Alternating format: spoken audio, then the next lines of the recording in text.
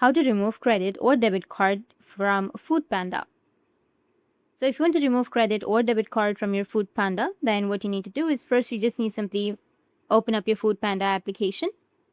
After opening your Foodpanda, now if you want to remove your credit card or your debit card from your Foodpanda, then you need to go with your account, which will be on the bottom.